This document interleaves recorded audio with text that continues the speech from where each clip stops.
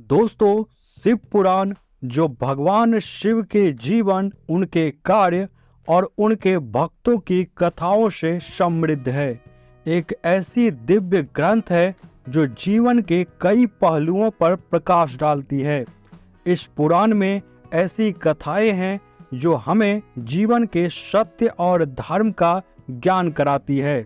इन्हीं कथाओं में से एक महत्वपूर्ण कथा है त्रिपुरासुर का वध। जी हाँ, यह कथा न केवल भगवान शिव की अपार शक्ति का वर्णन करती है, बल्कि यह भी दर्शाती है कि अहंकार और अधर्म का अंत निश्चित है। नमस्कार दोस्तों, स्वागत है आपका हमारे चैनल स्पिरिचुअल लाइफ ज्ञान की बातें पर। आज हम बात करेंगे शिव पुराण के एक ऐसे कथा के बारे में जो शायद आप नहीं जानते होंगे। जी हाँ, त्रिपुरासुर एक ऐसा दानव, एक ऐसा राक्षस था जिनका वध साक्षात शिवजी ने किया। तो इस वीडियो के अंदर हम जानेंगे त्रिपुरासुर वध की पूरे कथा के बारे में। तो सबसे पहले जानते हैं त्रिपुरासुर की उत्पत्ति आखिरकार कैसे हुई। दोस्तों, सतयुग की बात है, जब धरती पर शांति और धर्म का वास था। देवता अपने कर्तव्यों का पालन कर रहे थे और मानव जीवन भी शांति से चल रहा था। लेकिन हर युग में एक समय आता है जब राक्षस और असुर अपनी शक्ति का प्रदर्शन करने के लिए उत्पात मचाने लगते हैं। त्रिपुरासुर ऐसे ही 3 असुरों का समूह था जिनकी उत्पत्ति उनके गुरु शुक्राचार्य की तपस्या के फलस्वरूप हुई थी। त्रिपुरासुर का गठन 3 राक्षस भाइयों तारकाक्ष, कमलाक्ष और विदुनामली से हुआ था। इन तीनों ने भगवान ब्रह्मा की कठोर तपस्या की और उनकी भक्ति से प्रसन्न होकर ब्रह्मा ने उन्हें अमरता का वरदान दिया, परंतु एक शर्त के साथ। जी हाँ, ब्रह्मा ने कहा कि वे तब तक अमर रहेंगे जब तक तीनों भाइयों के नगर जो आकाश, पृथ्वी और पाताल में स्थित हैं, एक सीध में न आ जाए। जब ऐसा होगा तब केवल महादेव ही उनका संहार कर सकते हैं।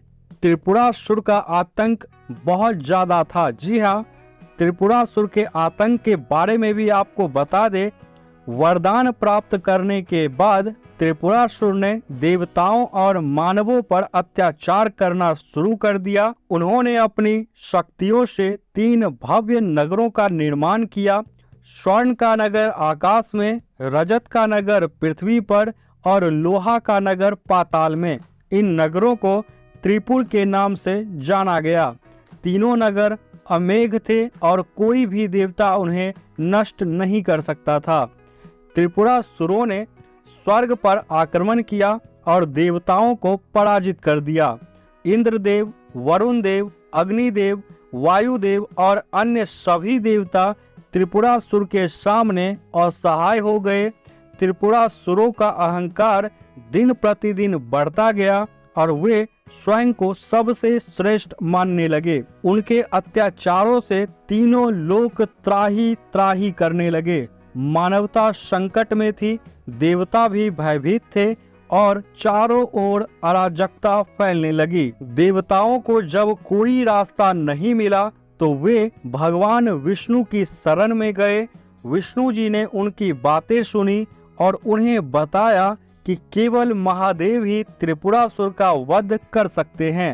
इसके बाद सभी देवता भगवान शिव के पास कैलाश पर्वत पर पहुंचे और उनकी स्तुति करने लगे। भगवान शिव ने देवताओं की स्तुति से प्रसन्न होकर उनकी याचना सुनी। देवताओं ने भगवान शिव से त्रिपुरासुर का वध करने की प्रार्थना की। महादेव ने देवताओं से कहा कि त्रिपुरासुर का वध केवल तभी संभव है जब उनके तीनों नगर एक सीध में आ जाएं। यह अवसर केवल हजारों वर्षों में एक बार आता है। जब ग्रहों की विशेष स्थिति के कारण ऐसा संभव हो पाता है। महादेव ने कहा कि वे उस समय का इंतजार करेंगे और उचित समय आने पर त्रिपुरासुरों का अंत करेंगे।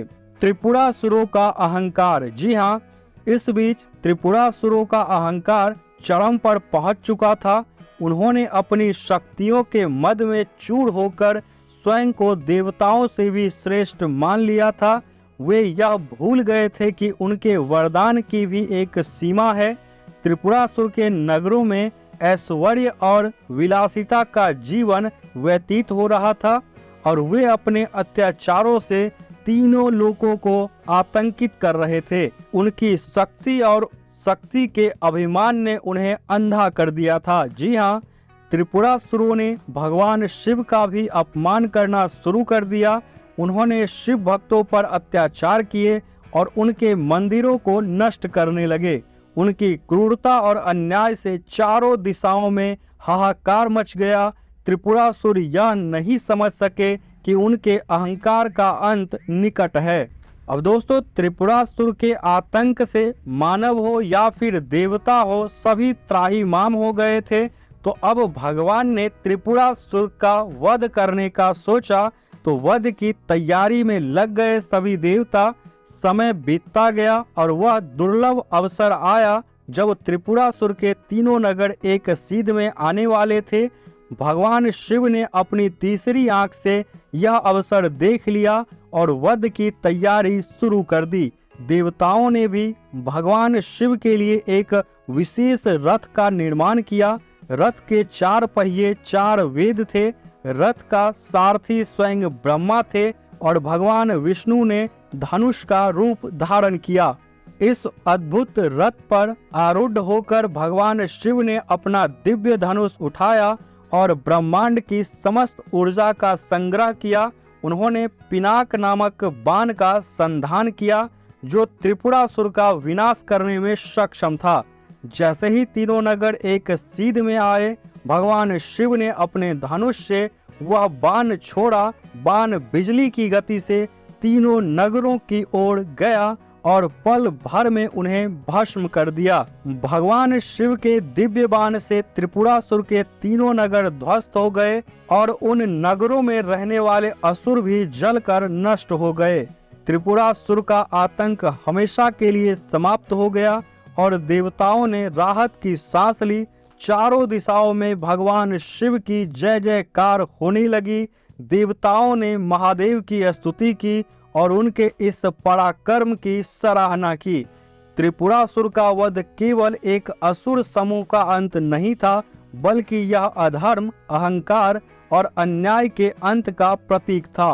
भगवान शिव ने यह संदेश दिया कि चाहे कितना भी बलशाली क्यों ना हो, यदि वह अहंकार, अधर्म के मार्ग पर चलता है तो उसका अंत निश्चित है। त्रिपुरासुर वध की यह कथा हमें यह सिखाती है कि शक्ति का उपयोग सदा धर्म और न्याय के लिए किया जाना चाहिए। अहंकार और अधर्म का अंत निश्चित है, चाहे वह कितना भी बड़ा क्यों ना हो। भगवान शिव की महिमा असीम है और उनका पराक्रम अनंत। वे न केवल संहारक हैं बल्कि सृष्टि के संरक्षक भी हैं। उनकी कृपा से ही संसार का संतुलन बना रहता है।